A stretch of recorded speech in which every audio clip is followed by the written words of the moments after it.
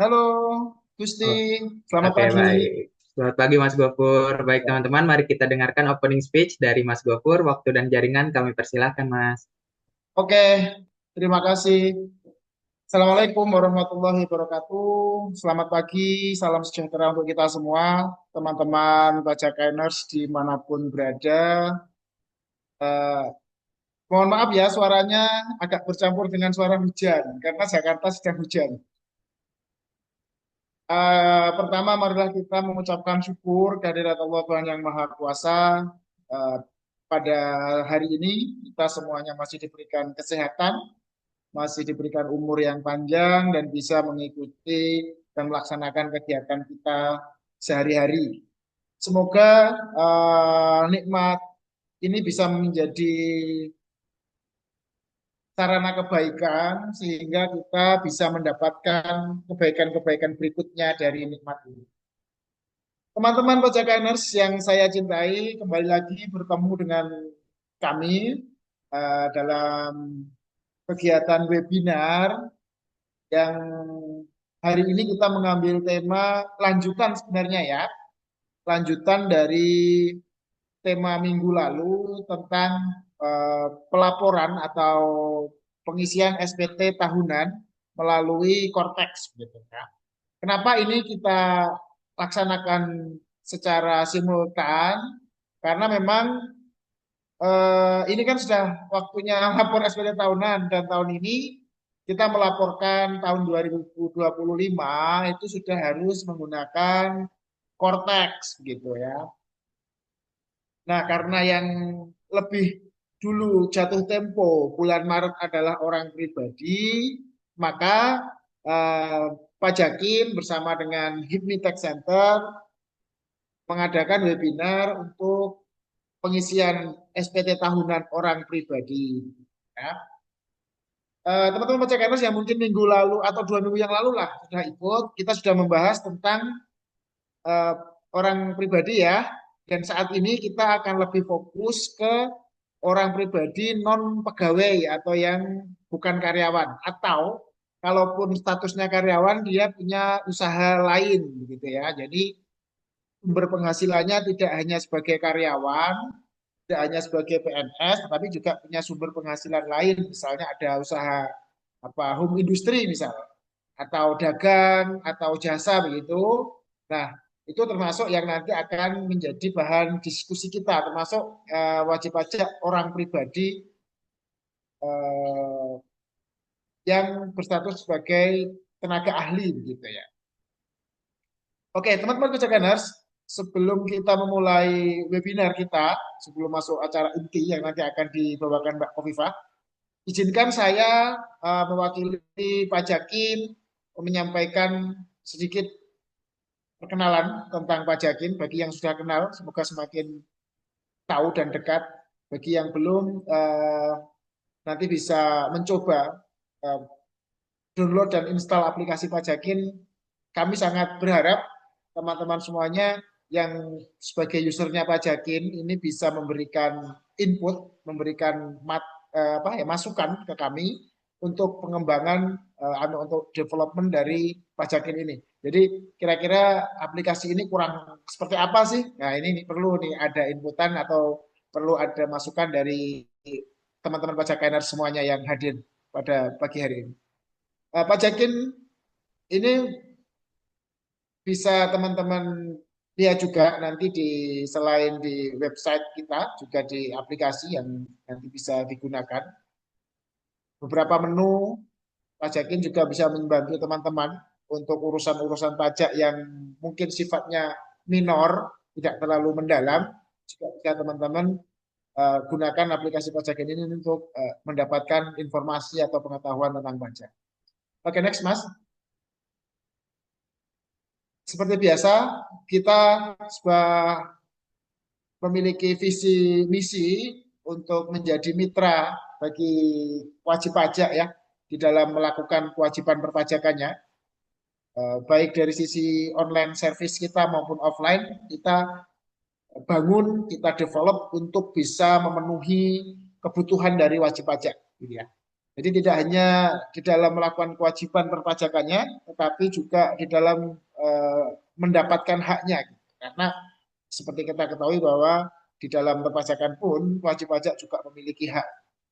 Kemudian juga kita memiliki visi untuk menjadi mitra yang terpercaya bagi pemerintah yang dalam hal ini untuk bertugas sebagai menghimpun penerimaan negara ya, kita berharap bisa menjadi mitra yang terpercaya bagi pemerintah di dalam itu, di dalam fokus atau di dalam core bisnisnya untuk menghimpun penerimaan negara melalui penyelenggaraan administrasi perpajakan yang efektif, yang efisien, yang berkeadilan tentunya dan berintegritas gitu. Karena kan akhir-akhir ini kita menyaksikan eh, institusi perpajakan kita sedang kurang baik begitu ya dengan adanya kasus. Kita berharap kita bisa menjadi dan sama-sama menjaga institusi itu untuk tetap berintegritas, minimal dengan kritik dan saran yang membangun bagi institusi gitu ya.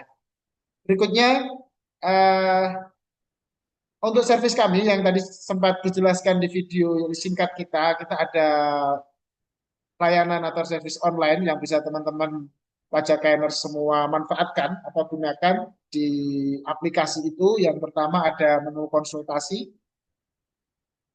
menu cek status NPWP, kemudian buku kas dan akuntansi. Menu ini sebenarnya nanti bisa digunakan oleh teman-teman yang butuh perlu untuk membuat laporan pembukuan ya. Karena walaupun misalnya nanti orang pribadi ketika sudah omsetnya di atas 4,8 setahun misalnya wajib menyelenggarakan pembukuan. Nah, itu teman-teman bisa memanfaatkan aplikasi menu ini ya akuntansi untuk membuat laporan keuangan yang nantinya dibutuhkan untuk lapor pajak. Kemudian ada juga menu e-billing, ada e-materai dan izin usaha atau ini menu yang mungkin agak sedikit berbeda. Kenapa ada menu ini gitu ya. Karena kami berharap bisa memberikan one stop service untuk user pajakin kalau mau mendirikan usaha atau mau membuat usaha yang baru gitu ya, bisa menggunakan platform pajakin. Oke, lanjut Mas. Kemudian kalau kita lihat di aplikasi itu nanti teman-teman juga bisa mendapatkan informasi terbaru, peraturan peraturan terbaru terkait dengan perpajakan karena seperti kita ketahui bersama bahwa peraturan pajak ini kan cepat sekali ya mengalami perubahan begitu sedikit maupun perubahan yang lumayan banyak gitu yang nanti teman-teman bisa juga didapatkan di aplikasi pajak ini. Next, kita untuk konsultasi nanti teman-teman tinggal memasukkan saja dipilih di menu konsultasi, dimasukkan atau di apa yang mau dikonsultasikan, apa yang mau ditanyakan, teman-teman bisa chat ini untuk memudahkan saja ya. Misalnya temanya tentang PPh orang pribadi atau lapor pajak melalui Cortex dan lain-lain itu bisa teman-teman di sini. Kemudian teman-teman bisa memulai dengan chat atau mau milih video call dengan tim pajakin atau pajak spesialis tax spesialis kita. Berikutnya ada menu cek status. Cek status ini teman-teman bisa gunakan untuk melihat apakah NPWP-nya masih aktif atau tidak, baik NPWP-nya sendiri maupun NPWP pihak lain ya, nanti dicek. Berikutnya ada menu buku kas tadi ya. Buku kas ini uh, atau catat kas ini bisa digunakan oleh teman-teman dalam hal ini adalah UMKM ya, yang nantinya akan memudahkan untuk pembuatan atau pembayaran pajak yang 0,5% itu. Jadi dengan mencatat di sini, teman-teman nanti bisa juga langsung dibuatkan billingnya dan langsung teman-teman bayarkan di pakai QRIS misalnya atau pakai pakai menu-menu yang lain pembayaran yang sekarang sudah semakin banyak. Kemudian yang berikutnya ada menu akuntansi. Akuntansi ini seperti saya jelaskan di depan sedikit tadi bahwa ini bisa teman-teman gunakan kalau memang teman-teman wajib membuat pembukuan ya.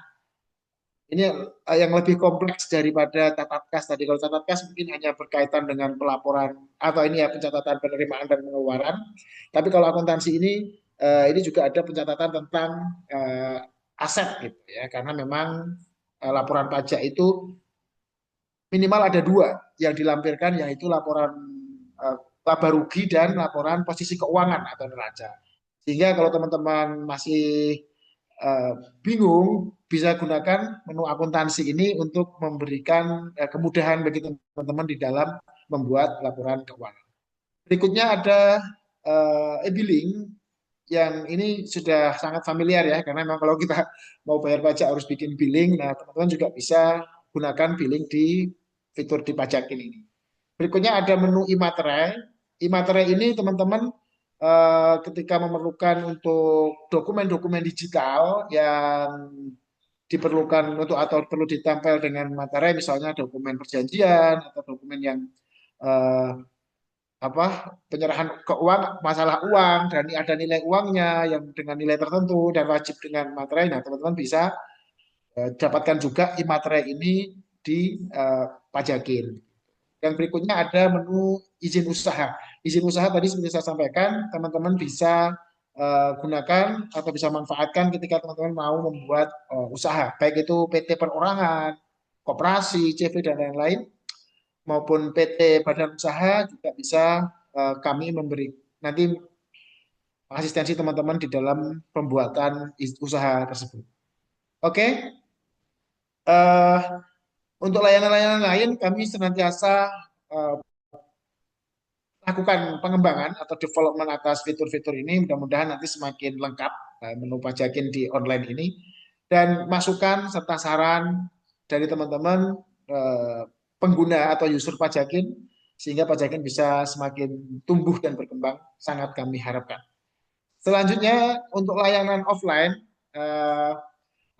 ini kami hadirkan, kami berikan atau kami wujudkan untuk memberikan layanan yang lebih spesial, lebih fokus, lebih mendalam, karena ada case-case tertentu perpajakan yang tidak bisa diselesaikan di online gitu ya, karena misalnya harus terkait dengan dokumen, terkait dengan penghitungan yang lebih detail, terkait dengan penghitungan yang lebih memerlukan kemampuan untuk menghitung secara mendalam gitu. Nah, kami bisa memberikan layanan kami mulai dari compliant, mulai dari ini ya, mendampingi teman-teman, mendampingi wajib pajak, mendampingi klien, perusahaan maupun orang pribadi di dalam melakukan penataan atau manajemen pajaknya setiap bulan. Kita berikan tax compliant sampai dengan tax dispute, misalnya ketika ada perbedaan atau ada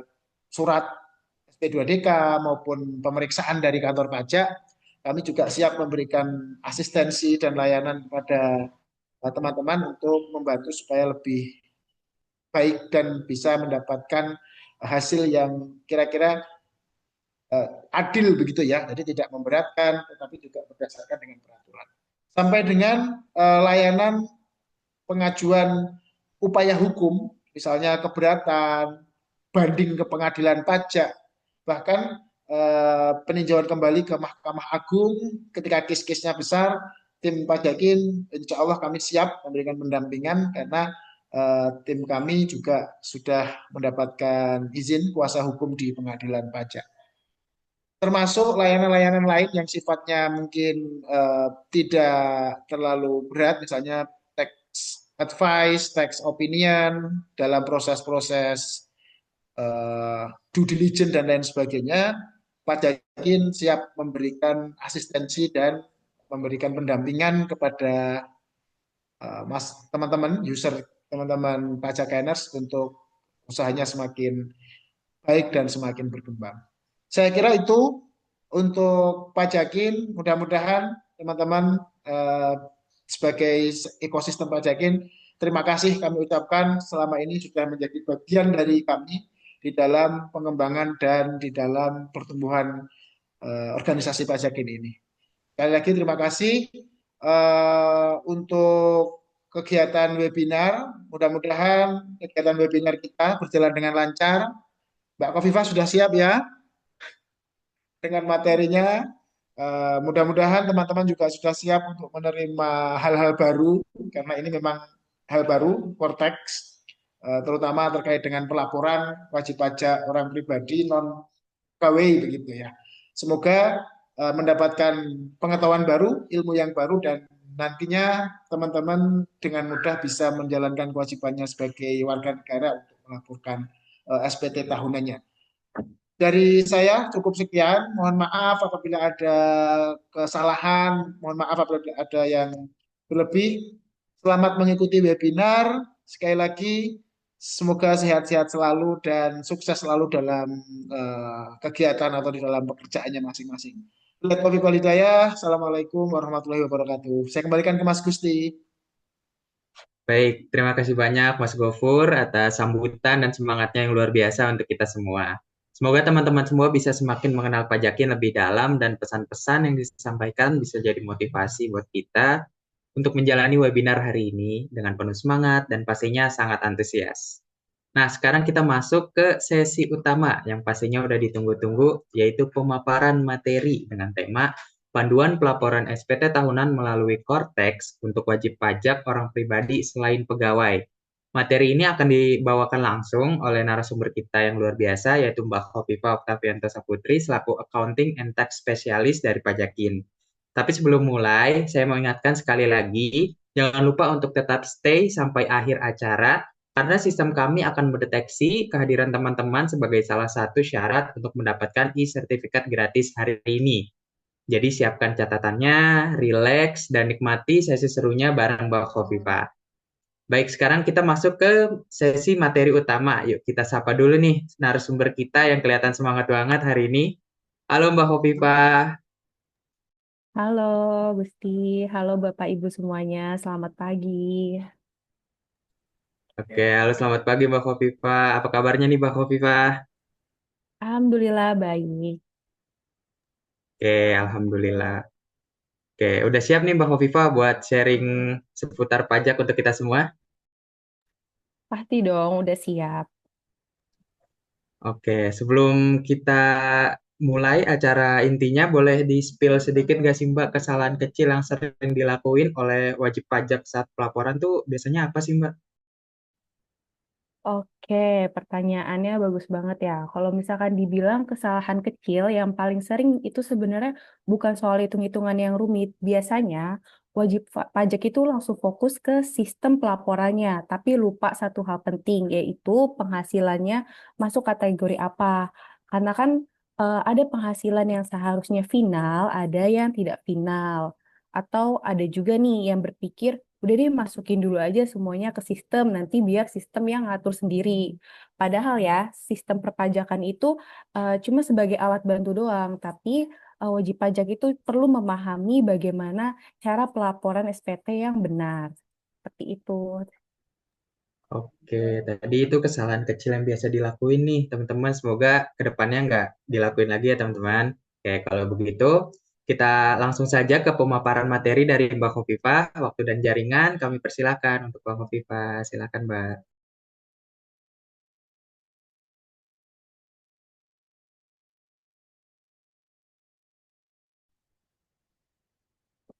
Oke, selamat pagi Bapak-Bapak dan Ibu-Ibu semuanya. Senang dapat berkumpul dengan Bapak-Bapak dan Ibu melalui webinar ini. Semoga Bapak dan Ibu dimanapun berada dalam keadaan sehat dan dapat mengikuti webinar ini sampai selesai. Nah, pada sesi ini kita akan membahas panduan pelaporan SPT tahunan untuk wajib pajak orang pribadi selain pegawai. Pembahasan akan kita mulai dari pemahaman jenis penghasilan dan skema pajak. Yang dilanjutkan dengan cara menghitung pajak hingga peran korteks dalam proses pelaporan SPT. Nah, sebagai pengingat, sebelum kita masuk lebih jauh, pastikan akun korteks Bapak dan Ibu sudah aktif ya, agar nantinya dapat mengikuti alur pelaporan yang akan dibahas. Oke, next. Nah, untuk tujuan webinar ini ada 4. Yang pertama, kita akan memahami siapa saja yang termasuk wajib pajak orang pribadi selain pegawai. Yang kedua, kita akan belajar bagaimana menentukan skema pajak yang tepat sesuai jenis penghasilannya. Yang ketiga, kita akan memahami dasar perhitungan perpajakannya. Dan yang terakhir, kita akan melihat peran Kotex sebagai sistem pelaporan SPT, bukan sebagai penentu pajak. Next. Nah, wajib pajak orang pribadi selain pegawai adalah orang pribadi yang memperoleh penghasilan dari hubungan kerja sebagai bukan penghasilan kerja dari karyawan. Nah, karena jenis kegiatan dan sumber penghasilannya sangat beragam, maka perlakuan pajaknya itu juga tidak bisa disamaratakan ya Bapak dan Ibu. Inilah alasan mengapa sebelum masuk ke Korteks, wajib pajak harus memahami terlebih dahulu kategori dan skema pajaknya yang tepat. Next. Oke, pertama kita masuk ke kelompok UMKM atau usaha perseorangan. UMKM merupakan kegiatan usaha yang dijalankan secara mandiri oleh orang pribadi, baik di bidang perdagangan maupun jasa non-profesional, dengan tujuan memperoleh penghasilan secara berkelanjutan. Contohnya nih ada toko, warung, online shop, laundry, car wash, salon mobil, bengkel kecil, serta jasa umum non-profesional lainnya. Next. Nah, untuk pekerjaan bebas ini adalah pekerjaan yang dilakukan oleh orang pribadi yang memiliki keahlian khusus di bidang tertentu untuk memperoleh penghasilan dan tidak terikat dengan hubungan kerja. Pekerjaan bebas ini ada dua kelompok. Yang pertama adalah tenaga ahli, itu seperti dokter, notaris, PPAT, akuntan, pengacara, arsitek, dan juga konsultan. Nah, yang kedua itu di bidang kesenian seperti artis, seniman, atlet, penulis, peneliti, penceramah, dan profesional independen lainnya yang bukan karyawan. Next.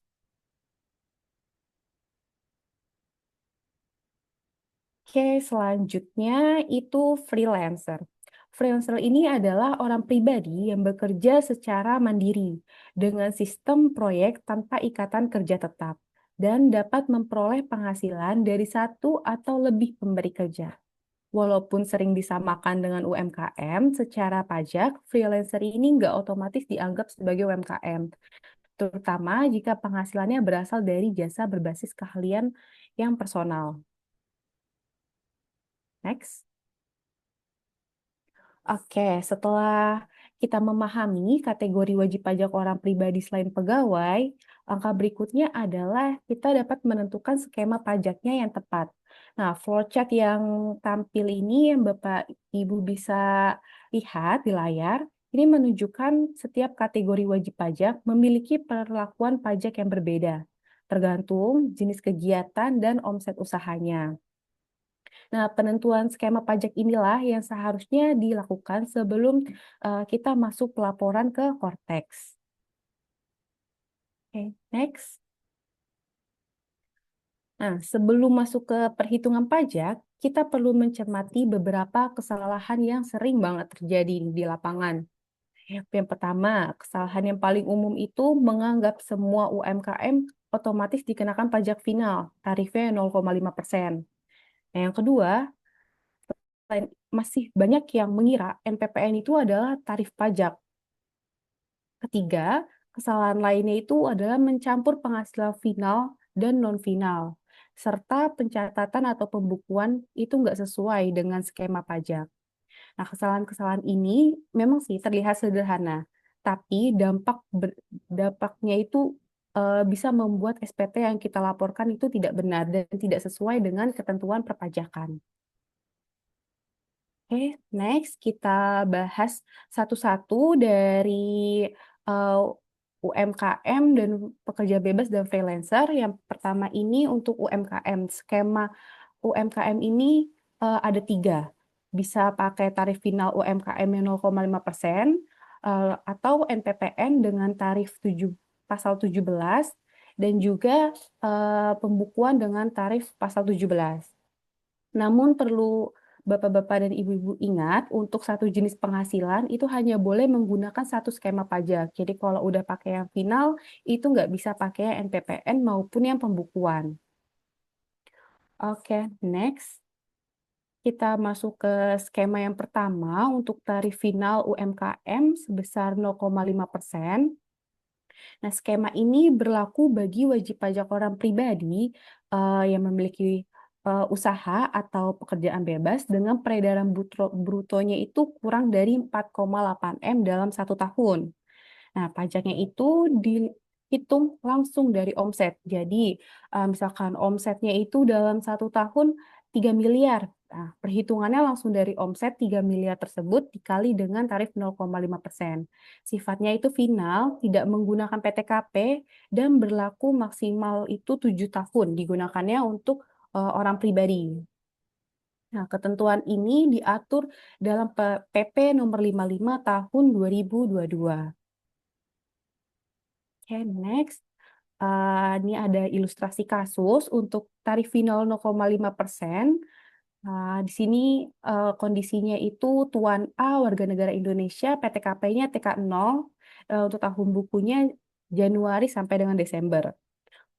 Memiliki penghasilan dari UMKM perdagangan, yaitu pencucian salon mobil. Oke.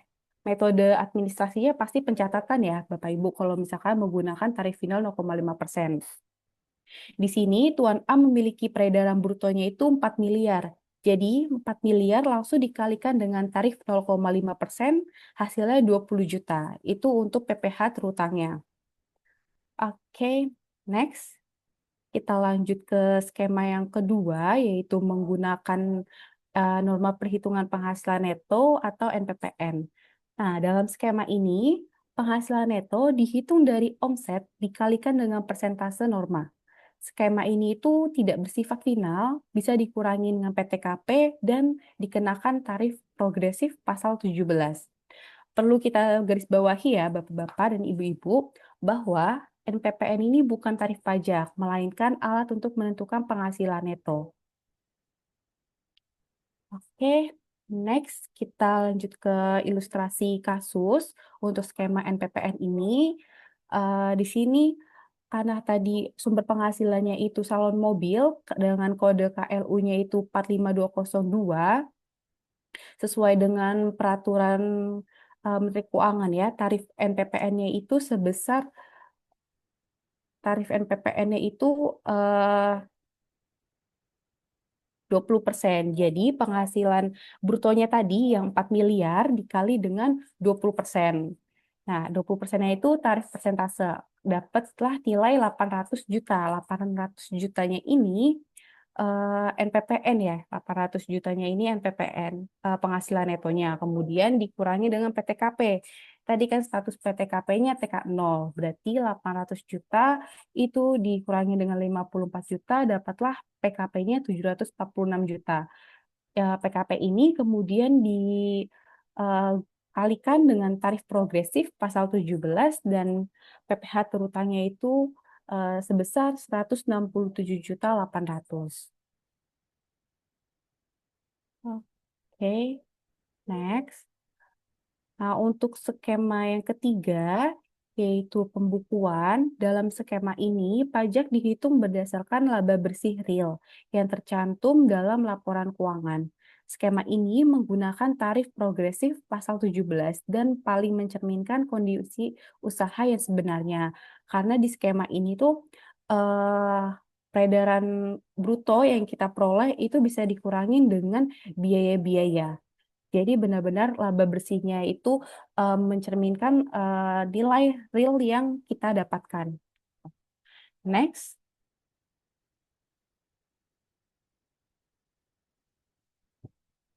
Oke, next untuk ilustrasi kasusnya, Tuan A ini metodenya itu pembukuan ya, metode pembukuan tahun bukunya itu Januari sampai Desember 2025.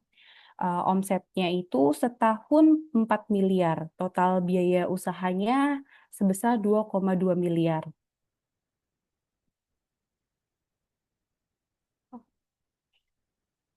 Nah, next. Untuk selanjutnya itu ada tarif pasal 17 untuk orang pribadi. Ini bersifat progresif. Artinya semakin besar penghasilan kena pajak, semakin tinggi tarif yang dikenakan pada lapisan berikutnya. Nah, penghitungan pajaknya dilakukan secara bertingkat sesuai dengan lapisan PKP. Ini bisa Bapak Ibu lihat, ini untuk tarif pajak yang dikenakan sesuai dengan penghasilan. Kalau misalkan penghasilannya sampai dengan 60 juta, berarti tarif pajak yang digunakan itu 5%. Dan seterusnya ini sesuai dengan lapisan penghasilannya. Oke, next. Nah, setelah kita memahami nih skema pajak dan perhitungannya itu gimana, baru kita masuk ke tahap pelaporan melalui Cortex. Cortex ini berfungsi sebagai sistem pelaporan atas pajak yang telah dihitung, bukan sebagai penentu skema pajak. Oke, next. Nah, di sini ada skenario kasus yang kita akan pakai untuk ilustrasi di Cortex ya. Skenario, oke, boleh balik sebelumnya. Di sini kondisinya itu Tuan A merupakan jasa tenaga ahli sebagai akuntan pada suatu proyek di perusahaan Z. Bekerjanya itu sejak bulan Januari sampai dengan Desember 2025. Penghasilan brutonya setahun itu 2,4 M. Tinggal dan bekerja di Jakarta. Jadi menggunakan tarif NPPN-nya itu berdasarkan Per 17 tahun 2015, besaran NPPN untuk akuntan di Jakarta sebesar 50%. Jadi untuk Bapak dan Ibu yang menggunakan NPPN, jangan lupa untuk melihat tarif NPPN-nya itu di Per 17 tahun 2015 disesuaikan dengan jenis penghasilan yang diperoleh. Nanti ada kode KLU-nya tersendiri dan untuk masing-masing provinsi itu tarifnya berbeda ya. Lalu memiliki harta berupa tabungan dan juga rumah. Kemudian Tuan A ini juga ada utang, ada kredit pajak PPh pasal 21, statusnya itu K1, dia nggak ada penghasilan lainnya, dan nggak ada pembayaran angsuran PPh 25. Nah, jadi terus juga nggak ada pembayaran zakat, jadi tidak ada nilai pengurangnya. Oke, next. Langsung kita mulai. Yang pertama, langkah-langkah menyampaikan SPT tahunan orang pribadi, itu kita harus menyiapkan dokumen yang dibutuhkan. Habis itu kita login akun wajib pajak, terus mengisi pernyataan SPT tahunan, kita isi lampiran juga. Lampiran itu detail ya dari penghasilan yang kita laporkan di SPT. Lalu baru bisa kita laporkan SPT-nya. Oke, next. Nah, dokumen apa saja sih yang dibutuhkan dan yang harus disiapkan untuk pelaporan SPT? Yang pertama itu pasti daftar penghasilan dalam 1 tahun. Semua penghasilan yang Bapak Ibu peroleh. Itu kita harus siapkan dulu dokumennya ya. Lalu bukti potong atau pungut dari lawan transaksi, kalau misalkan Bapak Ibu juga ada bekerja sebagai karyawan atau mendapatkan bukti potong dari perusahaan, itu juga harus disiapkan. Lalu daftar harta dan utang yang dimiliki per akhir tahun. Kemudian daftar anggota keluarga dan tanggungan. Next. Oke, untuk tahap kedua, setelah kita menyiapkan dokumen, kita bisa login akun wajib pajak dan untuk Bapak dan Ibu yang ingin menggunakan NPPN, kita juga perlu melakukan pemberitahuan penggunaan NPPN.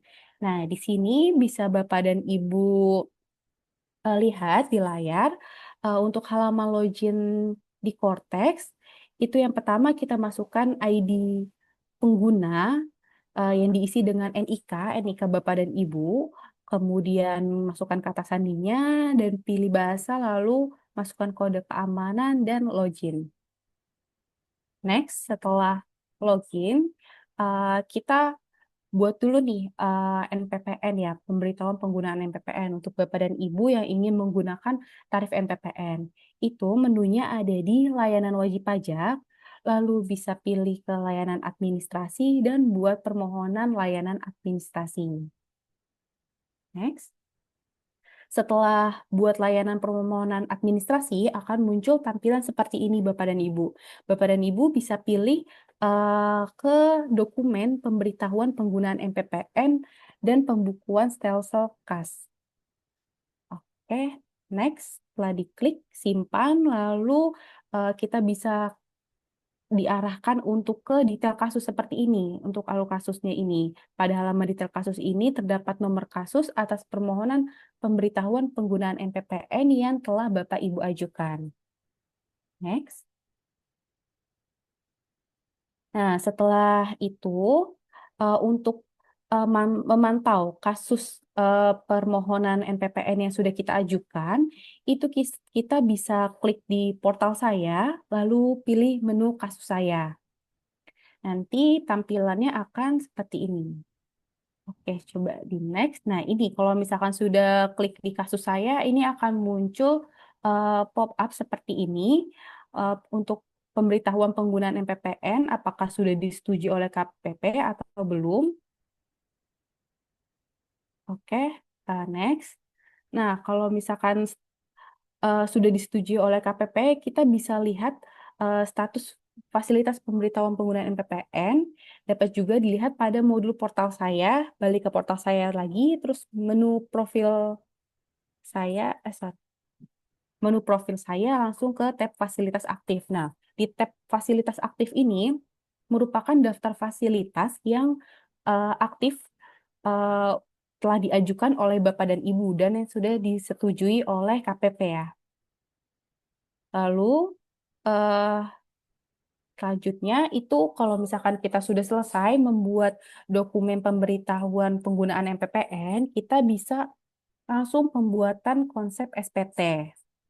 Nah, di sini bisa diklik surat pemberitahuan, lalu oh, coba di next, lalu buat, nah tampilannya seperti ini. Jadi kalau tadi kita sudah klik surat pemberitahuan, akan muncul seperti ini, lanjut ke konsep SPT. Nah, sebelum klik tombol konsep SPT ini, pastikan belum terdapat draft SPT yang sama pada tabel draft daftar konsep SPT. Jadi, pastiin dulu untuk tahun 2025 ini sebelumnya takutnya kepencet atau gimana. Jadi, udah ada draft sebelumnya. Jadi, pastikan lagi kalau misalkan udah ada, bisa dipakai itu atau coba dihapus dan buat konsep SPT yang baru. Next, setelah buat konsep SPT, nanti tampilannya akan seperti ini. Lanjut ke pilihan PPH orang pribadi, terus klik lanjut. Isi di bagian SPT tahunan. Untuk periode dan tahun pajaknya itu disesuaikan. Kalau untuk tahun 2025 berarti Januari 2025 sampai Desember 2025. Lanjut. Oke, di sini untuk SPT-nya itu SPT normal. Kalau misalkan belum pernah dilaporkan itu berarti SPT normal ya. Langsung klik buat konsep SPT. Nah, setelah buat konsep SPT, tampilannya akan seperti ini teman-teman. Draft SPT yang telah dibuat itu akan muncul submenu di bagian konsep SPT. Jadi ini tuh ada beberapa informasi pada tabel yang tersedia, yaitu ada jenis pajaknya, jenis surat pemberitahuan pajak, dan masa pajaknya. Next, kalau misalkan udah konsep SPT-nya itu dibuat, untuk mulai mengisi konsep SPT tahunan, kita bisa klik tombol pensil. Tombol pensil ini untuk kita edit. Kalau misalkan yang tanda tempat sampah ini untuk menghapus draft SPT. Oke, karena kita mau isi SPT, berarti kita klik yang pensil tadi, nanti akan muncul tampilan seperti ini. Secara default, konsep SPT itu akan menyajikan induk SPT yang terdiri sebagai 10 bagian dari huruf A sampai J.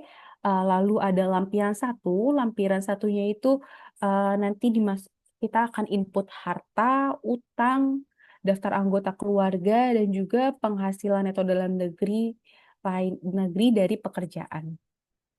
Oke, next. Nah, untuk bagian induk SPT, yang bagian header itu, tampilannya akan seperti ini.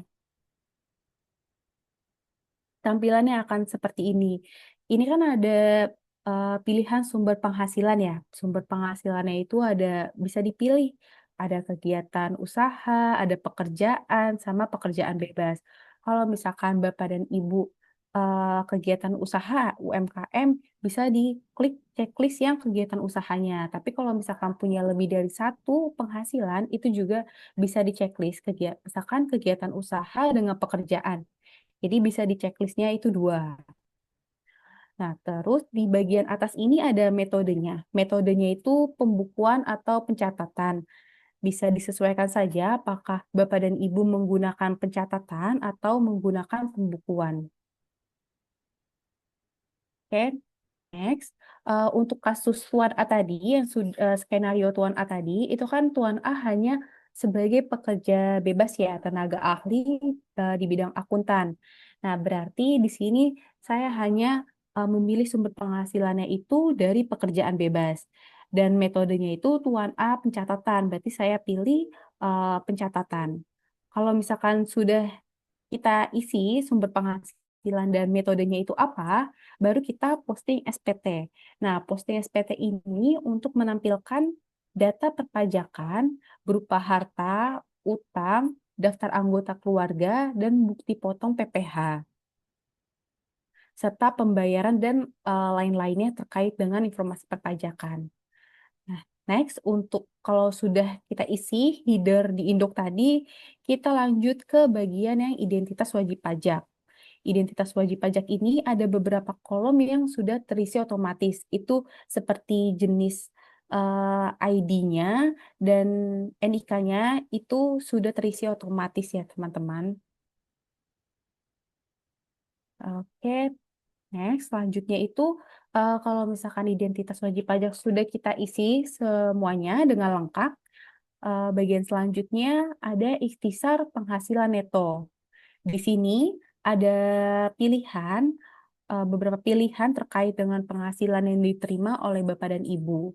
Nah, pada bagian ini sesuai dengan skenario tadi yang Tuan A, karena Tuan A itu tidak memiliki penghasilan dalam negeri dari pekerjaan, hanya sebagai akuntan saja, berarti saya kliknya tidak.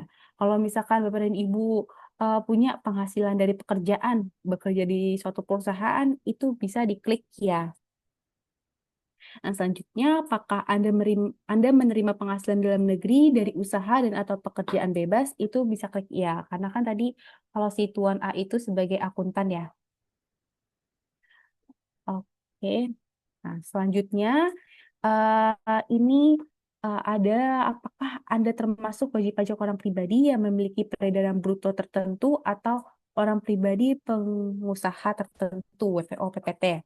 Ini karena sesuai skema tadi, kalau si Tuan A itu hanya pekerja bebas, jadi ini dia tidak memiliki penghasilan dari usaha ya, yang memiliki peredaran tertentu. Nah, kemudian yang di bawahnya ini, eh, apakah Anda menggunakan norma dalam menghitung penghasilan neto? Kalau misalkan pakai norma ya, berarti kita pilihnya ya, saya berhak menggunakan norma perhitungan penghasilan neto. Nah, perlu diingat, wajib pajak yang belum menyampaikan pemberitahuan penggunaan norma penghitungan penghasilan neto tidak dapat memilih ya.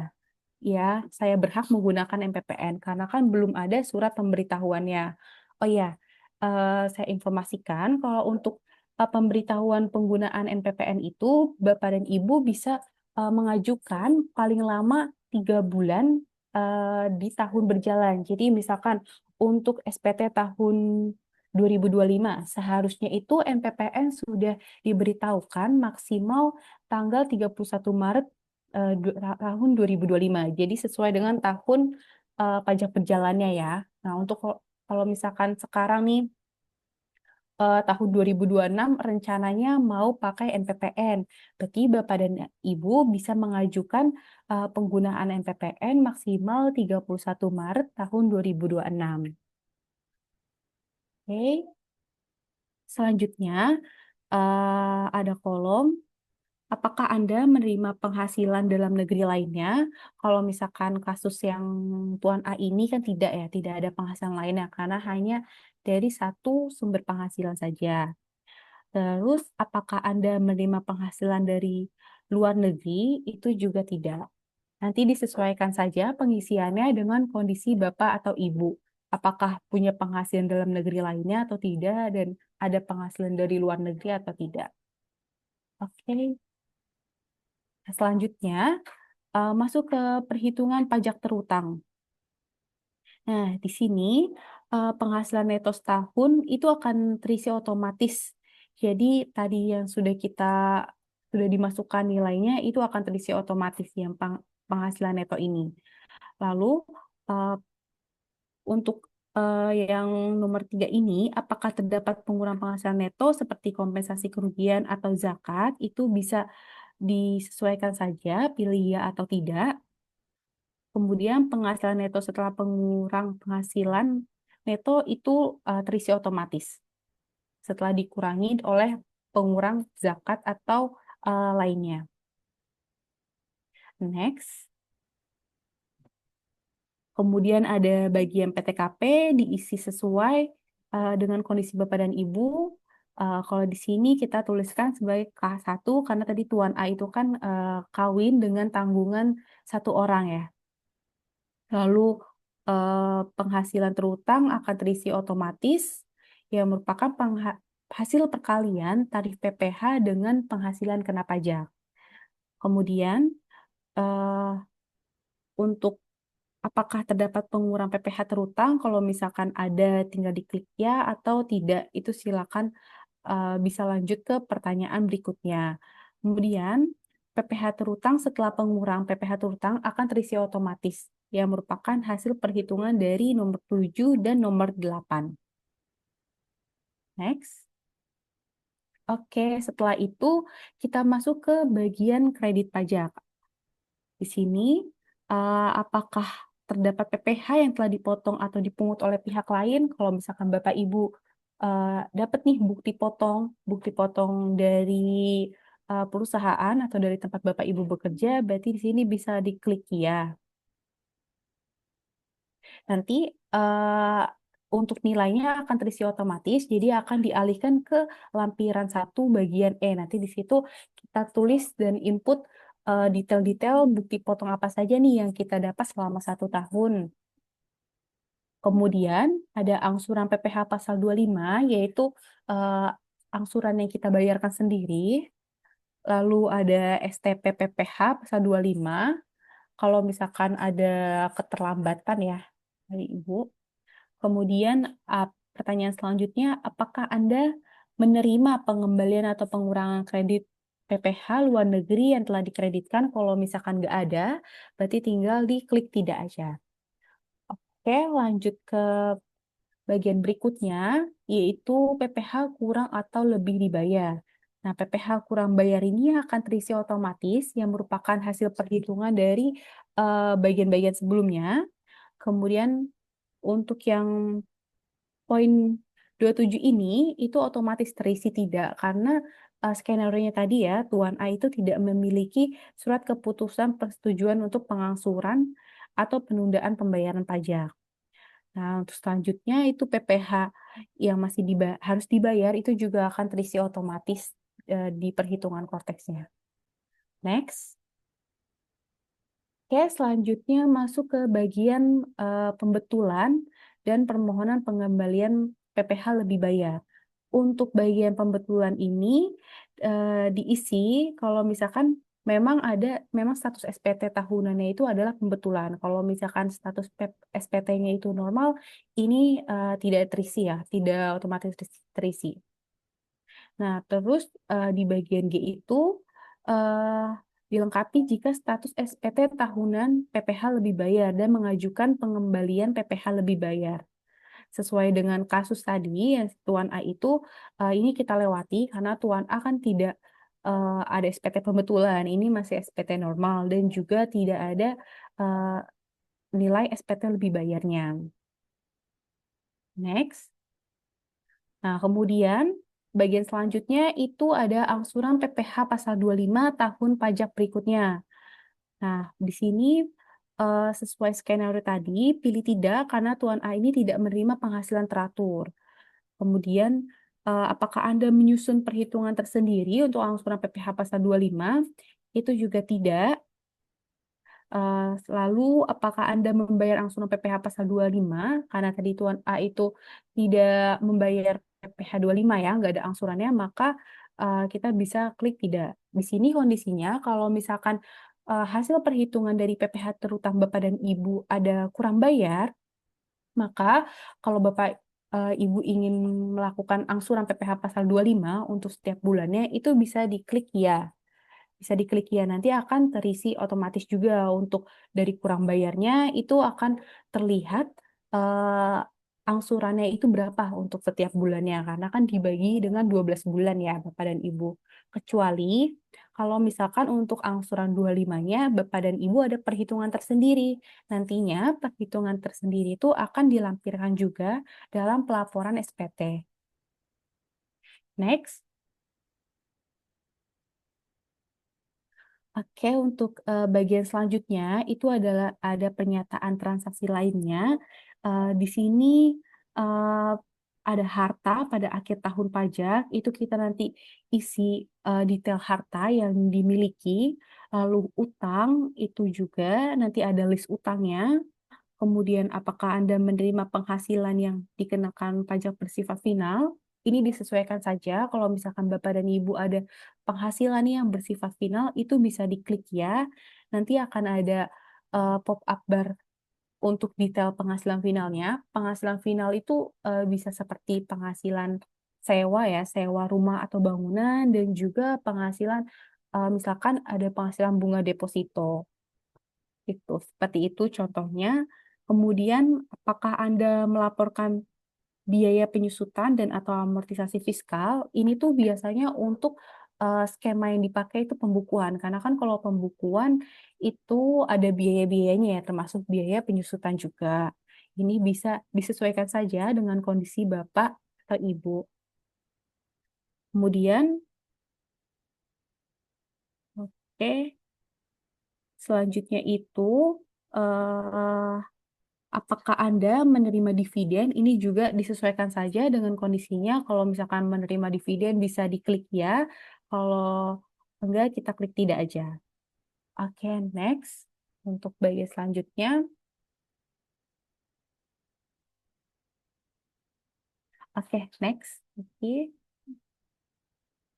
Nah, setelah kita mengisi tadi yang di bagian sampai I ya, di sini ada lampiran tambahan. Lampiran tambahan ini uh, lampiran yang kita sertakan dalam laporan SPT tahunan. Itu ada laporan keuangan atau laporan keuangan yang telah diaudit untuk Bapak dan Ibu yang melakukan pembukuan administrasinya. Kemudian ada bukti pembayaran zakat atau sumbangan keagamaan. Lalu ada bukti pemotongan atau pemungutan sehubungan dengan kredit pajak luar negeri. Lalu surat kuasa hanya untuk ini surat kuasa hanya untuk SPT yang dilaporkan secara manual. Lalu ada dokumen lainnya. Kalau misalkan tidak ada, itu bisa diklik ini aja, disesuaikan aja. Oke, next. Setelah lampiran, oke, setelah lampiran tambahan tadi, kita akan itu kan semua tadi masuk di dalam bagian induk ya. Ini masuk ke lampiran satu dari SPT. Lampiran satu ini berisikan informasi wajib pajak antara lain harta pada akhir tahun, utang pada akhir tahun, lalu ada daftar anggota keluarga yang menjadi tanggungan, lalu penghasilan neto dalam negeri dan pekerjaan, kemudian ada daftar bukti pemotongan atau pemungutan PPh.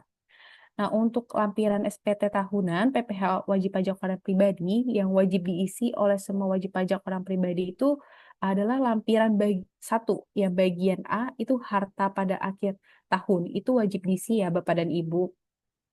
Dan juga lampiran satu bagian C, yaitu daftar anggota keluarga yang menjadi tanggungan, karena ini akan mempengaruhi PTKP Bapak dan Ibu. Oke, next. Nah, ini contoh untuk pengisian harta pada akhir tahun. Nah, di sini misalkan harta pada akhir tahunnya kita punya kas dan setara kas, itu bisa diklik tambah aja untuk menambahkan harta pada akhir tahun. Lalu kalau udah diklik tambah, kita bisa klik yang gambar pensil untuk menambahkan isian atau detail harta yang kita miliki. Lalu kalau misalkan ada kesalahan atau sebelumnya nih udah ada hartanya, tapi tahun 2025 ini per akhir tahun hartanya udah nggak ada, itu bisa dihapus dengan klik tombol hapus ini pada daftar harta. Nah, untuk wajib pajak yang memiliki harta pada akhir tahun pajak sebelumnya, maka untuk harta yang masih ada pada akhir tahun pajak pajak tahun 2025 ini perlu dilakukan update kelengkapannya. Jadi kalau misalkan ini kan Cortex itu juga ini ya ngelink dengan SPT SPT tahun sebelumnya yang sudah kita laporkan. Misalkan pas kita mau pengisian ini sudah ada nih harta-harta yang sebelumnya kita laporkan di tahun 2024. Tapi kalau misalkan ada update itu Bapak dan Ibu bisa klik ini aja, klik tombol edit aja. Jadi diedit apakah mungkin saldonya atau mungkin keterangannya itu juga bisa disesuaikan saja. Next. Nah, ini contohnya untuk detail pengisian harta. Misalkan harta kas dan setara kasnya itu contohnya di sini tabungan. Tabungan si Tuan A ada di Bank XX. Lokasi hartanya itu ada di Indonesia. Nah, tahun perolehannya ini pertama kali Bapak dan Ibu memiliki tabungan tersebut. Misalkan kalau Tuan A ini 2025, berarti kita tulis 2025. Kemudian untuk saldonya ini yang kita gunakan saldo per 31 Desember tahun 2025. Bukan saldo rekening Bapak Ibu saat ini ya atau saat pelaporan, tapi saldo per akhir Desember 2025. Di sini contohnya itu si Tuan A punya saldo tabungan sebesar 100 juta. Oke, lalu kalau udah diisi semua, bisa kita klik simpan. Nah, oke, next. Nah, di sini ya tadi ya sudah keisi semuanya. Ini misalkan tadi kan kita contohnya kas dan setara kas yaitu tabungan. Nah, di sini contoh lagi, contoh yang lainnya itu ada aset tanah dan atau bangunan. Kalau misalkan Bapak dan Ibu punya rumah nih, punya rumah 2 atau 3 itu bisa di list satu-satu di daftar harta. Contohnya ini ada tanah dan atau bangunan, lokasinya itu di mana kita perlu tulis juga, terus tahun perolehannya itu sesuai di ini sesuai di sertifikat tanah dan atau bangunan yang Bapak Ibu miliki. Lalu ada biaya perolehannya berapa dan biaya perolehan itu harga beli rumah dan atau bangunan Bapak dan Ibu. Kemudian ada nilai saat ini. Nilai saat ininya itu berapa? Kalau sudah diisi lengkap sesuai dengan ketentuan, kita klik simpan. Oke. Nah, selanjutnya ini contoh lagi. Tadi kan kita isinya itu harta ya. Harta jadi tuh harta, pokoknya semua harta yang Bapak Ibu miliki. Kalau udah terisi, kita lanjut ke utang. Misalkan ada utang nih per akhir Desember 2025. Ya udah kita masukin aja detail hutangnya. Apakah hutang ke bank atau hutang ke leasing atau ke pihak lainnya. Itu bisa ditulis detailnya di sini untuk tahun perolehannya tahun berapa kita mulai berhutang dan juga saldo hutang sisa saldo hutang per 31 Desember 2025. Oke, selanjutnya kalau misalkan harta kita udah selesai ngisi semuanya, utang juga udah selesai semuanya, lanjut ke daftar anggota keluarga. Nah, daftar anggota keluarga ini wajib diisi untuk melaporkan anggota keluarga yang menjadi tanggungan wajib pajak dan diperhitungkan dalam perhitungan PTKP. Daftar anggota keluarga akan terisi otomatis berdasarkan data unit pajak keluarga.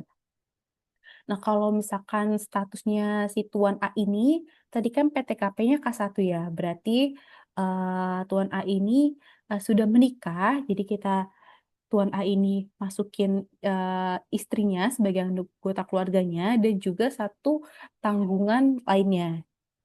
Oke, kalau misalkan di sini sudah terisi, Dan misalkan ini kan pengisian PTKP ini bisa diedit ya Bapak-bapak dan Ibu-ibu. Itu sesuai dengan data informasi umum. Data informasi umumnya sebelumnya sudah kita isi. Kalau misalkan memang ada pertambahan daftar anggota keluarga yang akan dijadikan sebagai tanggungan, itu Bapak dan Ibu bisa merubahnya di portal saya, profil saya, informasi umum, edit, terus ke bagian unit pajak keluarga. Oke, next. Nah, di sini kalau udah kita isi PTKP atau daftar anggota keluarga, selanjutnya itu ada bagian penghasilan neto dalam negeri dari pekerjaan. Nah, tabel penghasilan neto ini akan terisi otomatis berdasarkan data penghasilan di bukti potong A1 dari pemberi kerja. Nah, wajib pajak diberikan pilihan untuk menambahkan data penghasilan dari pekerjaan lain apabila diperlukan. Nah, kalau misalkan kasus Tuan A ini itu kan bukan sebagai karyawan ya, tapi cuma sebagai pekerjaan bebas aja. Jadi di sini nggak ada tampilannya. Nah, kalau misalkan Bapak dan Ibu sebagai karyawan juga di suatu perusahaan, itu biasanya sudah terisi otomatis di sini, sudah ngelink bukti potong A1-nya yang diberikan oleh pemberi kerja. Nah, di sini tuh juga dikasih fitur kalau misalkan Bapak dan Ibu ternyata punya bukti potongnya itu dari 3 perusahaan nih, bekerja di 3 perusahaan. Tapi yang masuk di Cortex itu hanya satu bukti potong. Bapak dan Ibu bisa menambahkan 2 pekerjaan lainnya. Oke, next. Nah, selanjutnya ada daftar bukti pemotongan atau pemungutan PPh. Nah, pada bagian E ini terdapat bukti potong yang terisi otomatis. Kalau kasusnya Tuan A tadi kan dia punya kredit pajak ya. Kredit pajak, satu kredit pajak dari PPh pasal 21. Makanya di sini langsung terisi. Nah, di sini tuh kredit pajak ini itu akan terisi otomatis ya teman-teman, otomatis dari pre-populated dari lawan transaksi. Jadi ketika lawan transaksi atau perusahaan menerbitkan bukti potong atas nama kita, itu akan terisi otomatis di bagian daftar bukti pemotongan atau pemungutan PPh. Oke, next. Nah, untuk selanjutnya itu ada bagian lampiran 3B terkait dengan rekapitulasi peredaran bruto. Di sini untuk wajib pajak yang memiliki penghasilan dari usaha. Di sini tuh ada rekapitulasinya. Jadi kayak detail-detail penghasilan yang diterima setiap bulan dalam 1 tahun pajak. Di sini ada daftar tempat kegiatan usahanya, lalu rekapitulasi peredaran bruto untuk wajib pajak orang pribadi yang memiliki peredaran bruto tertentu yang dikenai pajak bersifat final. Lalu bagian B-nya itu ada rekapitulasi peredaran bruto untuk wajib pajak orang pribadi pengusaha tertentu. Kemudian yang di bagian C itu ada rekapitulasi peredaran bruto untuk pengguna norma penghitungan penghasilan neto. Jadi biar saya ringkas, di lampiran 3B ini isinya itu rekapitulasi penghasilan yang Bapak dan Ibu miliki dalam 1 tahun. Kalau misalkan Bapak dan Ibu punya penghasilan dari usaha yang sifatnya final, itu bisa dimasukin ke yang bagian A. Ya, kalau misalkan Bapak dan Ibu itu merupakan pekerja bebas atau usaha yang pakai NPPN, itu bisa masukin penghasilannya, rekapan per bulannya itu ya di bagian C. Oke, next. Nah, tampilannya itu seperti ini Bapak dan Ibu. Eh, Tampilan contohnya kalau yang tadi itu kan si Tuan A itu sebagai akuntan ya, menggunakan NPPN. Nah, tampilannya itu seperti ini. Di sini ada eh, kita bisa klik tambah, lalu ada identitasnya, ada identitas ini langsung terisi otomatis. Kemudian ada jenis usahanya atau pekerjaannya, itu bisa kita pilih aja sesuai dengan drop-down-nya. Lalu di bawah ini ada bulan-bulan untuk kita masukin nih penghasilan kita setiap bulannya itu berapa. Di sini kalau misalkan si Tuan A itu kan dari Januari sampai Desember itu penghasilan per bulannya itu 200 juta ya sebagai akuntan. Nah, berarti kita isi satu-satu. Januari itu 200 juta sampai dengan Desember 200 juta. Pokoknya disesuaikan saja dengan kondisi Bapak dan Ibu. Oke. Nah, selanjutnya kalau misalkan kita udah isi semuanya nih ya lengkap, udah diklik simpan, itu tampilannya akan seperti ini. Di sini juga ada tombol edit dan tombol hapus juga. Kalau misalkan memang setelah disimpan dan Bapak dan Ibu cek lagi, ternyata ada yang salah atau apa gitu ya, itu bisa diedit juga kok. Kemudian kalau misalkan sudah lengkap, sudah terisi semua ininya penghasilannya, bisa diklik simpan konsep. Next. Oke. Selanjutnya itu tampilannya itu kita mengarah ke penghasilan neto dalam negeri dari usaha dan atau pekerjaan bebas berdasarkan pencatatan, dan juga ada penghasilan neto dalam negeri lainnya. Nah, lampiran yang ini itu kita em, akan tampil jumlah total semua yang tadi sudah kita masukin, yang dari Januari sampai Desember tadi kan kita udah masukin tuh totalnya berapa. Nah, di pop up yang ini, tampilannya ini itu ringkasan dari Bapak dan Ibu yang tadi sudah masukin satu-satu penghasilannya itu. Oke, next. Nah, di sini contohnya ya, di bagian penghasilan neto dalam negeri dari usaha dan atau pekerjaan bebas berdasarkan pencatatan, yang tadi Tuan A itu sebagai akuntan, ini tadi kan kita udah isi. Nah, munculnya kan seperti ini. Jadi, total pendapatannya yang akan terisi sebesar 2,4 dan juga norma persentasenya. Persentasenya itu jangan lupa kita cek dulu di Per 17 tahun 2015 tadi ya. Kita cek dulu kita itu masuknya dalam kode yang mana nih. Jadi, kalau udah ketemu persentasenya berapa, baru kita tulis di sini ya, di norma ini persentasenya berapa. Nanti penghasilan netonya itu akan terisi otomatis perkalian dari penghasilan bruto dikali dengan persentase norma. Kemudian kalau misalkan sudah tadi diklik simpan, oke, next. Ini sudah di bagian review induk SPT, karena tadi semuanya sudah kita isi, penghasilan udah, daftar anggota keluarga udah, terus juga bukti potong, penghasilan lainnya. Kita akan masuk ke review ini ya, review induk SPT. Nah, nominal yang akan muncul di induk SPT ini itu adalah penghasilan neto.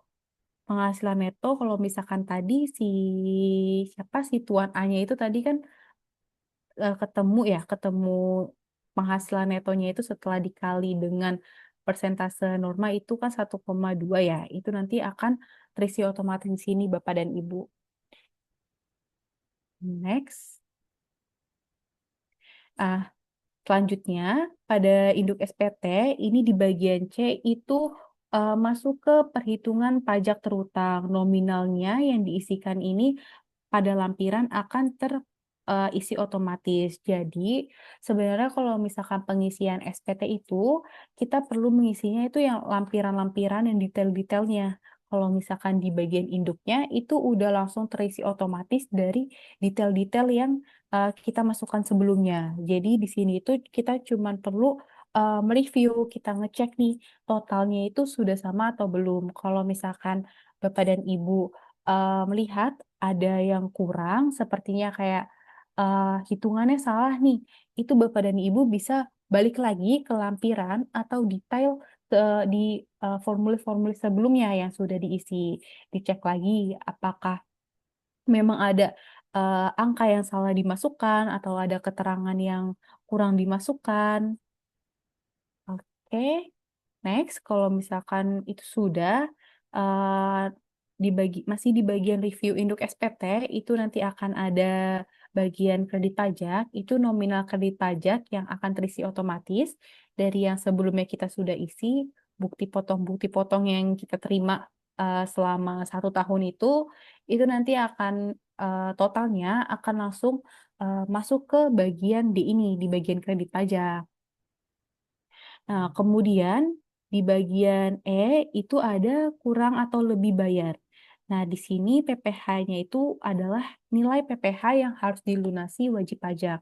Ini juga nggak perlu kita hitung karena ini sudah otomatis terisi dari penghasilan-penghasilan sebelumnya yang sudah kita masukkan. Next. Kalau misalkan sudah semuanya di bagian induk SPT itu ada bagian pernyataan. Pernyataan ini kita tinggal di checklist aja, lalu bisa kita pilih nih ada simpan konsep, ada bayar dan lapor. Kalau misalkan memang Bapak dan Ibu ingin melakukan review kembali atas data dan penghasilan yang diinput ke Cortex, Bapak dan Ibu bisa pilih yang simpan konsep terlebih dahulu. Karena kalau misalkan Bapak dan Ibu klik yang bayar dan lapor, itu otomatis akan memunculkan kode billing. Kalau misalkan ada kurang bayaran, nanti langsung ketika kita klik bayar dan lapor, itu langsung kode billingnya langsung tercetak. Jadi kalau misalkan mau di review terlebih dahulu, itu bisa pilih yang simpan konsep. Nanti bisa dicek juga, tinggal diedit di tanda pensil itu. Jadi kalau misalkan masih belum yakin, kita bisa simpan konsep dulu ya. Oke, next. Selanjutnya, kalau misalkan pada tahap pernyataan tadi sudah diisi, kalau kita pilihnya itu yang bayar dan lapor, nanti tampilannya itu akan seperti ini. Masuk ke tahap penandatanganan. Nah, tahap penandatanganan ini, jangan lupa untuk penyedia penandatanganan, kita pilih yang kode otorisasi DJP. Lalu kita ketik paspres yang telah dibuat sebelumnya. Waktu pembuatan aktivasi Cortex itu kan kita ada ini ya, ada password, ada paspres juga. Jadi yang kita masukkan di sini itu adalah paspresnya. Kemudian kalau misalkan sudah terisi, kode otorisasi DJP-nya sudah, lalu paspresnya juga sudah, Bapak dan Ibu bisa klik konfirmasi tanda tangan. Jadi di sini fungsi dari paspres itu adalah sebagai konfirmasi penandatanganan elektronik. Oke, kalau sudah diklik, nanti bisa kita simpan saja. Next. Nah, setelah tadi sudah dimasukkan kode otorisasi DJP, sudah dimasukkan penandatangan juga paspres, itu munculnya itu akan seperti ini. Masuk ke bagian SPT yang dilaporkan. Nah, di sini itu SPT tahunan PPh orang pribadi yang Tuan A akan berpindah yang tadi sebelumnya itu masih di konsep SPT, itu langsung berpindah ke SPT yang dilaporkan. Oke, kalau misalkan Bapak dan Ibu mau lihat nih isi SPT-nya apa yang udah dilaporin, itu bisa klik tombol mata di situ.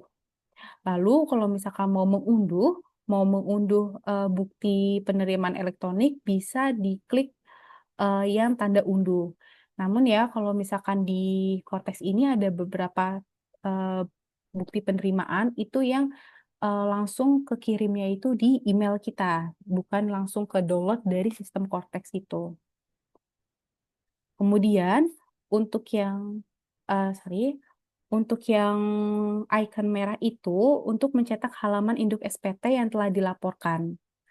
Oke, karena di sini ya tadi itu Tuan A kita lihat sama-sama itu dia tidak ada kurang bayar, makanya Tuan A dari yang sebelumnya SPT-nya itu berada di konsep SPT langsung di SPT dilaporkan. Kalau misalkan Bapak dan Ibu ternyata setelah perhitungan ada PPh yang kurang dibayar, pasti setelah kita masukkan paspres tadi, konfirmasi tanda tangan, itu nanti kan akan ke-download untuk kode billingnya ya. Nanti SPT itu bukan ada di bagian SPT dilaporkan, tapi ada di bagian SPT menunggu pembayaran. Itu kalau misalkan memang ada PPh yang kurang dibayar. Nah, kalau misalkan SPT-nya nih, kode billingnya udah dibayar, nanti otomatis kok Bapak dan Ibu SPT-nya itu langsung berpindah ke bagian SPT yang telah dilaporkan. Jadi seperti itu. Next, nah ini contoh tampilan bukti penerimaan elektronik atas penyampaian SPT tahunan orang pribadi. Untuk BPE ini bisa Bapak dan Ibu simpan dan arsip untuk dokumen pribadi. Oke, next.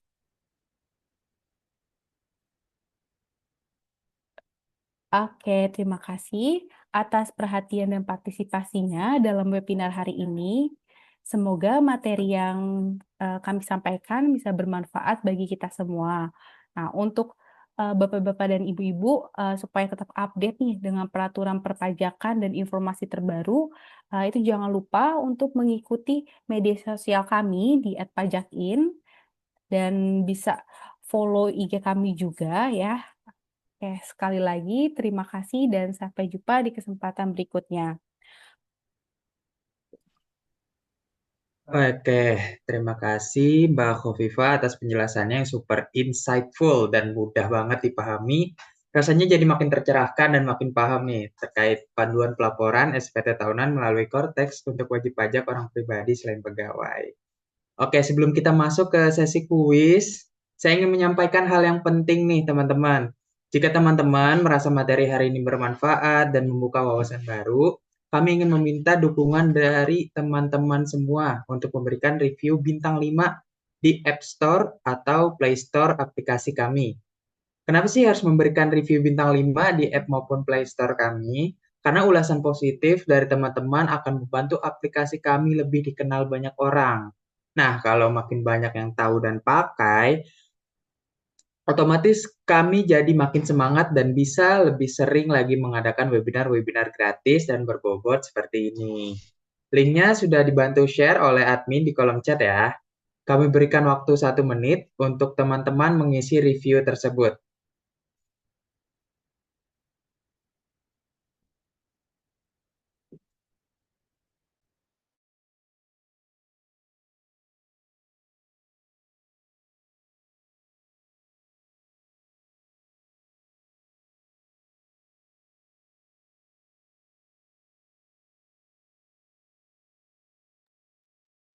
Oke, terima kasih banyak atas dukungan dan partisipasinya yang sangat berarti bagi kami ya teman-teman. Sekarang kita masuk ke sesi berikutnya nih yang paling ditunggu-tunggu, yaitu kuis pajakin. Oke, teman-teman bisa siap-siap ya, karena selain seru, sesi ini juga bakal ngetes seberapa fokus nih teman-teman nyimak materi yang tadi sudah disampaikan. Oke, saya jelaskan dulu ya aturan mainnya sebelum kita mulai sesi kuisnya.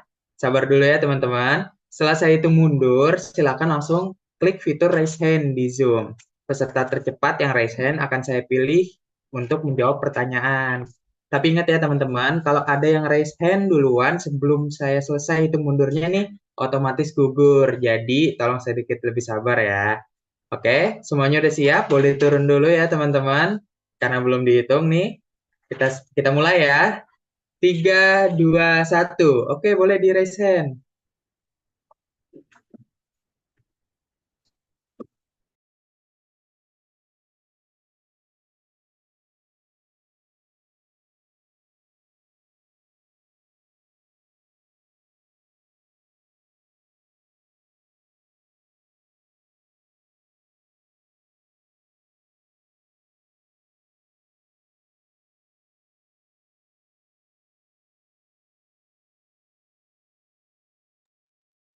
Oke, baik teman-teman. Tadi kita screening dulu ya, kira-kira siapa yang paling cepat dan sudah terpilih untuk atas nama Mutia Sita. Ada? Boleh diaktifkan Iya, halo mikrofonnya. Kak. Oke, berarti udah siap nih ya untuk menjawab kuis pertama kita pada webinar kali ini. Siap ya? Siap, siap. Oke, saya bacakan pertanyaannya. Oke. Untuk pertanyaannya adalah seorang wajib pajak orang pribadi memiliki usaha UMKM dengan omset 500 juta rupiah setahun. Apakah otomatis dikenakan pajak UMKM final 0,5%? A. Ya, semua UMKM pasti dikenakan pajak final 0,5%. B. Tidak, UMKM selalu wajib menggunakan pembukuan. C. Tidak otomatis, wajib pajak boleh memilih tarif final 0,5% atau skema non-final sesuai ketentuan. Atau D. Tidak, karena omset di bawah 4,8 miliar tidak dikenakan pajak. Hmm, jawabannya Ah, bukan, Kak. Nggak Boleh yakin. dipilih dulu nih yang mana nih kira-kira. Oke. Kayaknya si A ya. Yang A berarti yang semua UMKM pasti dikenakan pajak final 0,5 ya berarti ya. Ya. Kita kunci ya jawabannya ya. Apakah benar? Belum tepat. Oke, jadi jawabannya Oke. bukan yang A ya Kak ya. Jadi Oke, mungkin Kak. belum beruntung ya, belum rezeki ya Kak. Jadi kita coba over ke teman-teman yang lain kali ya.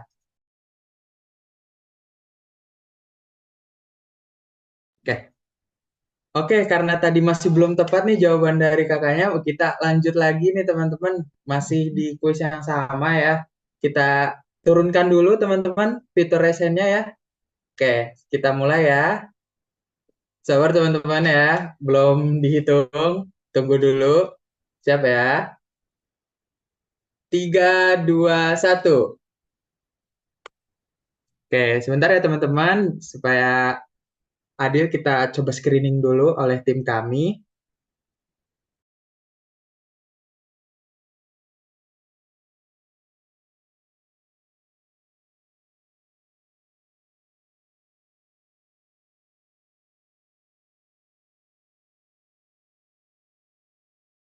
Baik, untuk Kak Ninengah Sawitri, apakah ada? Boleh dinyalakan fitur mikrofonnya, Kak. Iya, siang Kak. Oke. Mungkin boleh langsung dijawab aja karena tadi sudah saya bacakan pertanyaannya. Gimana, Kak? Kira-kira? Tanyanya sama ya? Pertanyaannya masih yang pertama ini, Kak. Tadi sudah ada jawabannya C. Oke. Untuk jawabannya C. Tadi sudah terlihat ya? Iya. Iya, sudah. Oh, udah terlihat. Oke. Oke, nggak apa-apa ya Kak ya. Mungkin ini rezeki kakaknya ya Kak. Oke, Oke, untuk terima jawabannya yang C, kasih. benar. Tidak otomatis, WP boleh memilih tarif final 0,5% atau skema non final sesuai ketentuan. Oke, selamat ya untuk kakaknya. Ini rezeki kakak. Selamat sekali lagi dengan ini kakak udah berhasil menjawab. Jangan lupa diklaim ya Kak dengan cara follow Instagram kami, hubungi kami melalui DM juga buat story. Jangan lupa di tag juga @pajakin ya Kak. Oke, terima Oke. kasih. Sama-sama Kak, kita lanjut lagi ya teman-teman semua. Kita ke kuis kedua. Oke, siap-siap teman-teman, boleh diturunkan dulu fitur resennya sebelum kita hitung mundur. Boleh turun dulu. Oke, turun dulu ya teman-teman. Oke, kita hitung ya.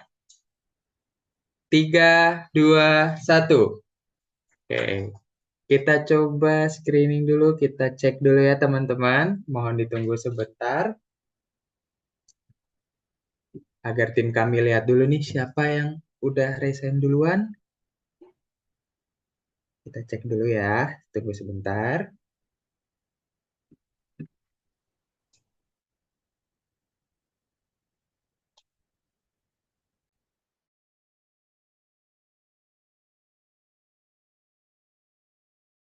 Oke, untuk Kak Melianida Lutfiah, boleh dinyalakan mikrofonnya, Kak? Halo, Kak Melianida Lutfiah. Halo. Oke, halo Kak, udah siap nih Kak ya untuk jawab pertanyaan yang kedua. Oke, siap ya? Oke, untuk kuis keduanya, jika seorang wajib pajak memiliki penghasilan dari gaji A1 pekerjaan bebas dengan NPPN dan UMKM final 0,5%, penghasilan mana yang digabung dalam PKP? A. Semua penghasilan digabung. B. Hanya penghasilan UMKM. C. Gaji A1 dan UMKM final. Atau yang D. Gaji A1 dan pekerjaan bebas dengan NPPN. Oke, boleh dijawab Kak, silakan.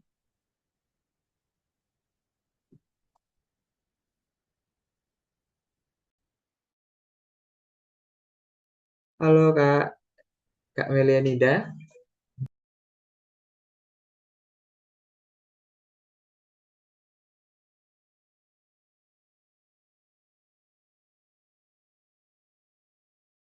Halo Kak Melianida. Halo Kak, yang D Ya, Kak. yang D berarti ya, kita kunci jawabannya. Oke, jawabannya benar yang D, gaji A1 dan pekerjaan bebas dengan MPPN. Oke, karena kakak udah benar nih jawab pertanyaannya, jangan lupa diklaim juga, caranya masih sama ya kak. Follow Instagram kami, buat story, hubungi kami lewat DM, dan juga jangan lupa di tag juga di story-nya, oke? Selamat ya kak. Oke, kita lanjut lagi nih teman-teman. Kuis berikutnya. Siap-siap, jangan lupa diturunin dulu fitur resennya karena belum dihitung mundur ya teman-teman. Oke, tenang aja teman-teman, nanti di screening oleh tim kami kok, jadi boleh diturunin dulu aja ya fitur resennya ya. Kita hitung, 3, 2, 1. Oke, boleh nih, langsung di resen-resen. Oke, sebentar ya teman-teman, kita tunggu hasil screeningnya. Kita cek dulu.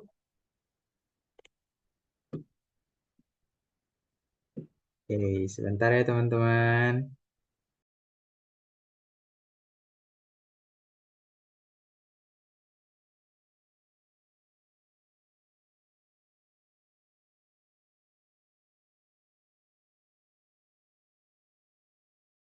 Oke, untuk Kak Yolanda Martia Swandayani. Halo Kak, Halo boleh? Kak, Oke, udah siap nih Kak untuk jawab pertanyaannya? semoga Oke, semoga ya. Oke, kita langsung aja ke kuis ketiga. Boleh di next. Pertanyaannya adalah, apakah aset yang dimiliki wajib pajak berpengaruh langsung terhadap besarnya pajak terutang di SPT tahunan?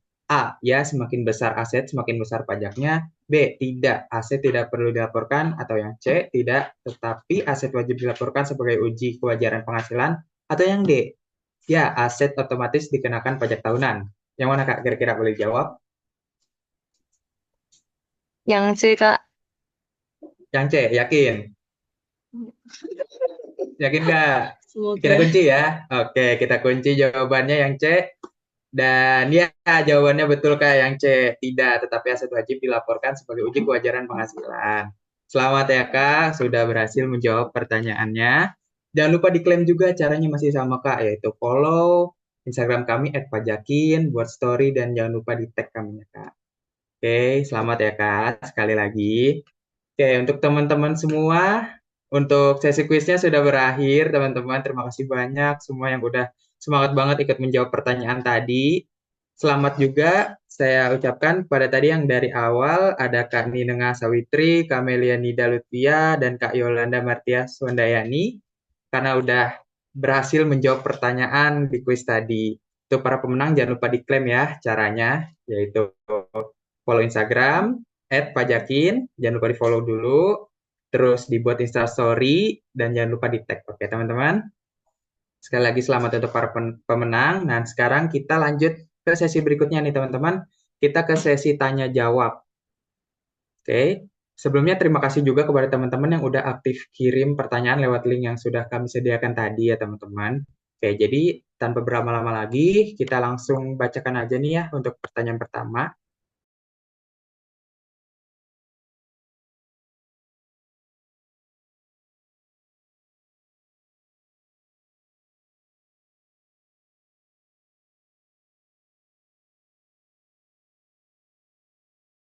Oke, untuk pertanyaan pertama itu ada dari Kak Asri Halia. Untuk pertanyaannya, jika karyawan yang bersangkutan merupakan pegawai namun memiliki pekerjaan bebas lainnya, proses pelaporan pada SPT tersebut baiknya fokus pilihannya pekerjaan atau pekerjaan bebas. Terima kasih. Oke, untuk Mbak Khofifa boleh langsung dijawab aja nih Mbak. Silahkan. Oke, pertanyaan yang bagus tadi dari Ibu Astri ya. Jadi gini, kalau misalkan Ibu Astri ini adalah seorang pegawai dan juga punya pekerjaan bebas, itu keduanya harus dilaporkan kedua-duanya ya Bu, untuk pegawainya juga dan pekerjaan bebasnya juga. Nanti untuk yang penghasilan dari pegawai itu akan masuk, ke bagian penghasilan, dalam negeri sehubungan dengan pekerjaan. Kalau misalkan yang pekerjaan bebas itu, misalkan Ibu menggunakan MPPN, itu akan masuk sebagai penghasilan dalam negeri lainnya. Jadi dua-duanya tetap harus dilaporkan dan harus diperhatikan, Bu. Oke, seperti itu ya, Bu. Nah, untuk, pengisiannya itu disesuaikan saja Bu, seperti yang di Cortex tadi yang sudah kita coba bareng-bareng ya. Nanti kan ada pilihannya, nanti di ini aja disesuaikan saja. Kalau misalkan memang ada penghasilan lainnya sehubungan dengan pekerjaan bebas, Ibu tinggal klik dari awal itu Ibu tinggal klik pilih 2 centang itu, yaitu pekerjaan sebagai pegawai dan juga pekerjaan bebas. Nanti formulirnya akan menyesuaikan dengan pilihan Ibu saat pertama kali Ibu pilih di header SPT itu. Oke, seperti itu. Oke, terima kasih. Bisa dilanjut? Oke, terima kasih Mbak Khofifa atas jawabannya. Untuk pertanyaan pertama tadi, semoga menjawab ya. Dan untuk pertanyaan berikutnya nih, ada dari Dinas Perumahan dan Kawasan Permukiman Kabupaten Berau. Untuk pertanyaannya, apakah honor tenaga fasilitator lapangan dikenakan pajak? Kalau kena pajak, bagaimana perhitungan pajaknya? Dan apakah termasuk dalam wajib pajak non-pegawai? Terima kasih. Oke, boleh dijawab Mbak Khofifa, silakan. Oke, terima kasih. Ya, betul. Untuk honor tenaga fasilitator lapangan itu dikenakan pajak. Jadi TFL ini atau tenaga fasilitator lapangan merupakan objek pajak penghasilan itu bukan pegawai. Jadi kategorinya itu non pegawai. Hal ini dikarenakan biasanya pekerja TFL itu berdasarkan kontrak atau proyek jasa tertentu. Jadi untuk perhitungan PPh 21-nya itu nanti pakai yang PPh 21 bukan pegawai. Rumusnya itu dari penghasilan bruto dikali 50%, baru dikali dengan tarif pasal 17. Oke. Jadi seperti itu ya, kalau misalkan untuk tenaga fasilitator lapangan ini merupakan kategorinya itu bukan pegawai. Jadi jangan disamakan cara perhitungan pajaknya dengan karyawan-karyawan pegawai tetap. Oke. Oke, semoga terjawab ya tadi pertanyaannya. Jadi untuk selanjutnya, pertanyaan selanjutnya nih dari Kak Verita Wijayani. Untuk SPTOP tahun 2025 yang menggunakan norma, kapankah harus mengajukan NPPN-nya? Mengingat untuk tahun 2024 yang lalu diberikan kesempatan pengajuan NPPN-nya sampai tanggal 30 Desember 2025. Oke, silakan Mbak Khofifa dijawab pertanyaannya.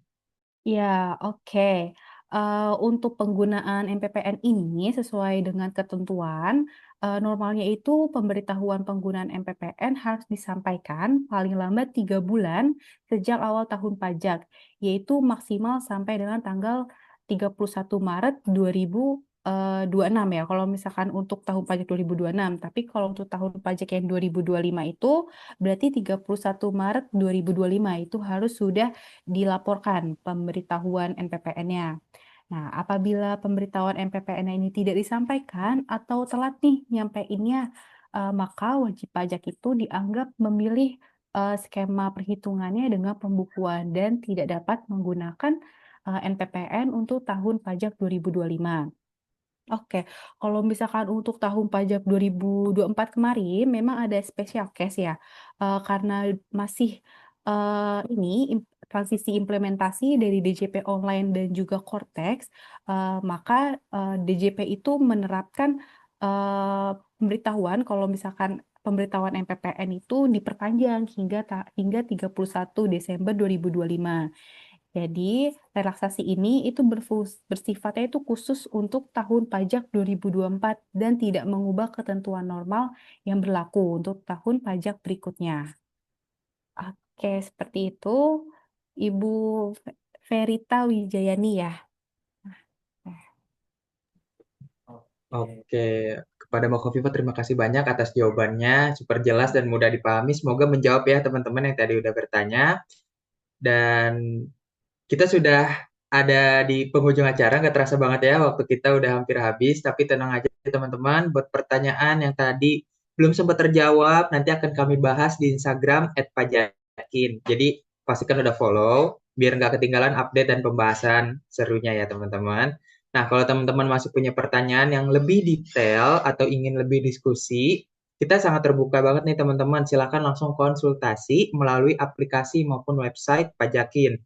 Tim kami siap bantu dan jawab pertanyaan teman-teman dengan senang hati. Sebelum kita tutup acara ini, aku mau ajak teman-teman buat tetap stay connected bareng Pajakin ya teman-teman. Update seru nih seputar dunia perpajakan.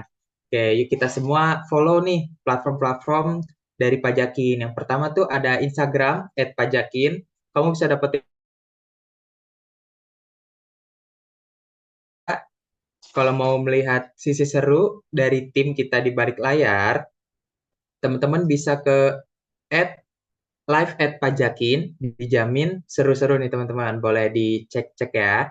Terus buat yang suka konten singkat tapi informatif, mampir ke TikTok Pajakin ya teman-teman. Di situ ada video edukatif dan hiburan ringan seputar pajak, boleh dicek-cek. Terus kita juga ada rekaman ulang webinar kalau teman-teman ingin nonton rekaman ulangnya atau konten edukatif lainnya bisa banget ke YouTube @pajakin atau Pajakin Official nih teman-teman. Boleh di-subscribe, dilihat lagi rekaman webinarnya.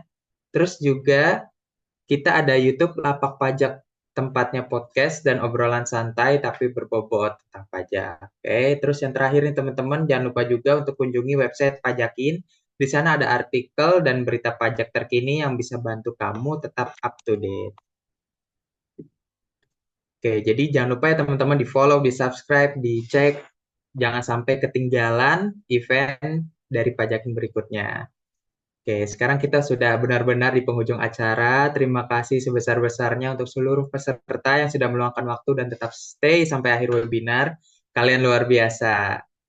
Dan tentunya terima kasih juga untuk Mas Arif, Mas Gofur, dan Mbak Khofifah atas ilmu, semangat, dan inspirasinya yang keren banget hari ini. Saya Gusti, selaku Master of Ceremony yang membantu webinar hari ini. Mohon maaf kalau selama membawakan webinar ada kata-kata atau sikap saya yang kurang berkenan. Semoga webinar hari ini bisa bermanfaat dan menambah insight baru untuk teman-teman semuanya. Sebelum kita benar-benar pamit, yuk tulis dulu nih di kolom chat gimana kesan teman-teman pada hari ini, atau boleh juga nih dikasih emoticon-emoticonnya teman-teman, emoji-emojinya untuk narasumber kita atau untuk tim Pajakin. Oke, terima kasih sekali lagi atas partisipasinya teman-teman. Saya tutup, sampai jumpa di webinar selanjutnya. Wassalamualaikum warahmatullahi wabarakatuh. Terima kasih teman-teman.